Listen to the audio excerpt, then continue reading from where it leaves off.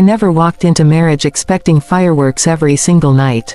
I knew life would settle, work, bills, kids, the daily grind. But nothing prepares you for when love just fades into silence. Hey everyone, I'm Jake. I'm 41. I was married to Emily for 13 years. Still getting used to saying was. When I met Emily, she lit up every room, outgoing, sharp, always laughing. I wasn't the loudest guy, but I had my life together. Construction foreman, my own truck, bills paid, kept it real. She said she loved that I was solid. The first few years were magic. Late night movies, weekend road trips, flirty texts all day. We had spark. Then around year 7, things shifted. She stopped laughing at my jokes, not because they bombed, but because she wasn't listening. She'd come home, collapse on the couch, scroll her phone. I'd try to kiss her neck, she'd flinch like my touch was a bother. I told myself she was stressed. Her teaching job got heavier, meetings, grading, late nights. I didn't complain. I cooked, folded laundry, drew her baths. Figured if I showed love, it'd circle back. It didn't. Kisses became cheek pecks. Hugs turned into quick side squeezes. The bedroom. A desert. One night I said gently, I miss us. She gave a tired half smile. I'm just not in the mood. It's not you. That, lately, became months. I'm not shallow, I didn't need fireworks. I just wanted to feel wanted, like a man in my own house. Every compliment, touch, look got shut down. Hard. I set up a lake cabin weekend, fire, stars, just us. She spent the night texting her sister, watching reels. When I pulled her close, she snapped, can you not? I just want to be left alone. I stopped trying. Every rejection chipped away at me until I felt invisible. Still, I stayed. Paid bills, mowed the lawn, fixed leaks, asked about her day, because that's what men do. We hold it down. Then came the Thursday that ended everything. She was curled up watching true crime. I sat, not close, just sat. Can we talk after the episode? She muted the TV, sighed like I ruined her night. What now? I kept my voice steady. I miss being close to you. I miss us. She looked me dead in the eyes. I have no desire for intimacy. Not with you. I don't feel that way anymore. Cold, like telling me we were out of milk. My chest tightened. I stared, searching for any trace of love. Nothing. She unmuted the TV. Something inside me snapped, not anger, clarity. This wasn't just about sex. It was being unwanted, unseen, unappreciated. I'd poured loyalty, effort, years into us. Got silence in return. I stood, walked to the bedroom, grabbed a duffel, threw in clothes, charger, toothbrush, walked out. She didn't ask where I was going. I drove to my buddy Ryan's, crashed on his couch. He asked what happened. She doesn't want me. I'm done begging. No drama, no rain, no screaming. Just quiet emptiness. In that silence I realized I'd been fighting alone to save a love that died years ago. No one teaches you how to leave when nothing happened. No cheating, no fights, just slow neglect. It kills you worse, there's no scar to show, just dull loneliness you smile through until you can't. I didn't leave because I stopped loving her. I left because she stopped loving me, and I was too loyal to admit it. That night I stepped outside, air felt different. Not angry, not tired, just awake. Something broke, but it made space. I tossed my bag in the truck. Then a voice, Jake, wait.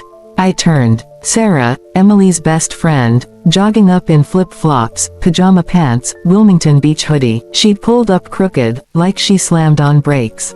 I saw you leave. Dropping off wine. What's going on? I rolled the window down. Emily said she has no desire for me. So I left. Sarah bit her cheek, looked away. I figured this was coming. My stomach dropped. What do you mean? You want honest? I nodded. She leaned on the truck. She's been talking about you different for years. He's always around. He doesn't get it. Too soft. I thought it was venting. Then it got colder. She said you were too emotional, always wanted attention, like that was bad. I told her she was lucky to have a guy who cared. She laughed. Said she missed being chased. My jaw clenched. Sarah kept going. Couple months ago, wine at my place. She was tipsy. Said you were too nice. Missed guys with edge. I asked, so you want a jerk? She said, not a jerk. Just someone who doesn't make me feel guilty for not wanting to cuddle. It stung deep. Sarah touched my arm. You're not crazy. You just wanted to be loved back. Why tell me now? I almost did before, but she's my friend. Didn't think you'd believe me. Last night, seeing you leave, her not caring, I couldn't stay quiet. She stepped back. Don't let her coldness convince you your heart's the problem. She stopped appreciating what mattered. That's on her. I nodded. Thanks. She smiled tiredly. Call if you need anything. Then she left. I didn't go to Ryan's. Booked a cheap Airbnb. Sat with a beer, no music, no calls, just existing. No begging, no fixing what she let rot. Next morning, 3 texts from Emily. Where are you? Seriously, you're being dramatic. I laughed. Dramatic. I didn't reply. Sarah texted, you okay? Didn't sleep. I wrote back, can we talk?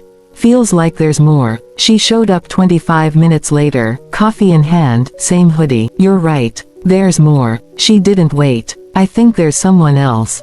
My gut twisted. She continued carefully. No hard proof, but my gut screaming. She disappears for hours. Few weeks ago, said she needed air, left at 9. I called at 10. She was breathless, said walking the track. Man's voice in the background. Claimed it was her brother on speaker. He lives in Denver. He'd crawled up my neck. Sarah went on. She's been talking about this guy from the gym, Tyler.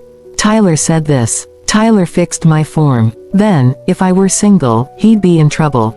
It clicked. The shutdowns, locked phone, sudden, girls' nights, dressing up for errands but sweats around me. I'd been a placeholder. Sarah's voice softened. You've been holding up a house she already moved out of emotionally. Stop carrying her indifference. I asked, did she ever talk about me like she respected me, loved me? Sarah shook her head. Dependable, predictable, useful, love, not lately. That was the final blow. I wasn't background noise to someone I'd have died for. Why tell me all this? Because I hate seeing good people get used. You were too good. She didn't just neglect it, she mocked it. I stared out the window. I'm not going back. Good, Sarah said. We talked another hour, how people mistake comfort for love, then discard it when it stops exciting them. That's what Emily did. Before Sarah left, she'll spin it. Make you the villain. Don't defend yourself to people who weren't in your marriage. I watched her drive away. No urge to call Emily for closure, I already had it. That night I called a lawyer. Cancelled joint cards. Took half the savings, fairness, not spite. Blocked her number. 2 days later she showed up at the Airbnb. I didn't answer. Watched her knock, wait, leave. Didn't need her script. It wasn't heartbreak anymore. It was clarity, respect. Choosing me after years of being last. And for the first time in forever, I slept without a weight on my chest. If you've felt invisible in your own story, know this, walking away isn't giving up. Sometimes it's the bravest way to start loving yourself again.